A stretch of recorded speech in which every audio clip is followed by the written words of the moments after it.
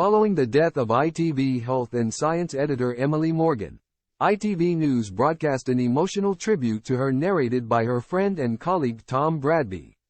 Veteran ITV News anchor Tom Bradby has paid an emotional tribute to his friend and colleague Emily Morgan, whose death from lung cancer, aged 45, was announced on Saturday by the broadcaster. At the end of Tuesday night's ITV News Bulletin, presenter Mary Nightingale solemnly introduced a memorial clip. "We're ending tonight's program with the reflections of someone who knew Emily well," she said. Our colleague Tom Bradby, who worked with Emily during her 23 years with ITV News. The program then cut to a clip narrated by Bradby which gave viewers an insight into the journalist's life and work.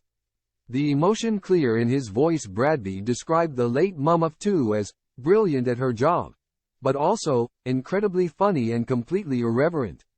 In the 2.5-minute film, viewers were shown footage of Emily at work as well as some behind-the-scenes clips and sweet family images. He opened by saying, "As our health editor Emily Morgan became a household name during the dark days of the pandemic." This was interspersed with footage of her bravely broadcasting from COVID wards in hospital. If the sheer volume of time spent on COVID wards exposed her to a degree of risk, she was always clear as to why she was doing it.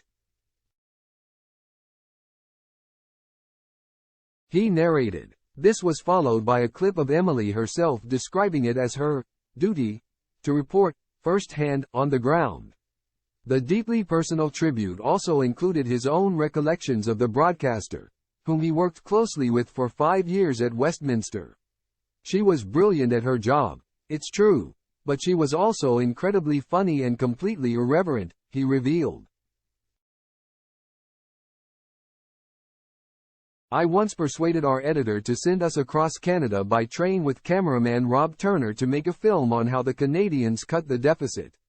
Emily referred to this ever afterwards, in front of senior management, as our holiday in Canada with Rob, he said anecdotally. He also recalled his colleague's happy home life, saying, "We watched her fall in love, get married, have 2 wonderful daughters. She must be had her faults, we all do, but we didn't see them," he remarked touchingly.